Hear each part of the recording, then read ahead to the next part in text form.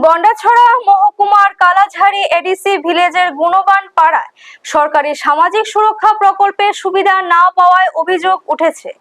বারবার আবেদন করেও বৃদ্ধ ভাতা ও আবাস যোজনার সুবিধা থেকে বঞ্চিত রয়েছেন দুই প্রবীণ বাসিন্দা। বিষয়টি নিয়ে এলাকায় ক্ষোভের সৃষ্টি হয়েছে।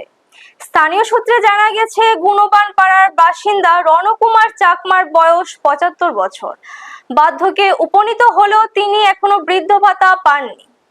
পাশাপাশি প্রধানমন্ত্রী আবাস যোজনার অধীনে একটি ঘরের জন্য একাধিকবার আবেদন করলেও আজ পর্যন্ত কোনো সুবিধা পাননি বলে অভিযোগ।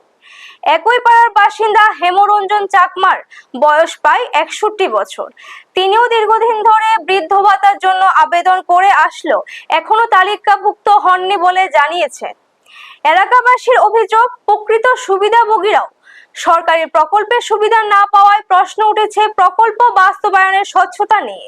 তাদের দাবি, সংশ্লিষ্ট দপ্তর বিষয়টি গুরুত্ব সহকারে তদন্ত করে দুই প্রবীণের আবেদন পুনর্বিবেচনা করুক এবং তারা যাতে বৃদ্ধ ভাতা ও আবাস যোজনার সুবিধা পান সে ব্যবস্থা গ্রহণ করা হোক।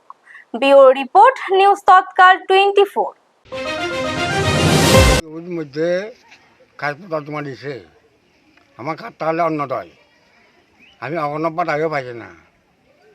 সরকারি ঘর পাইছেন? সরকারি ঘর পর্যন্ত পাইছি না। আমি কত হইব আপনার বয়স? আমার বয়স ৭৫ বছর। নাম কি? রণকুমার। রণকুমার চাকমা। চাকমা। এই পাড়াটার নাম কি? গুণবান পাড়া।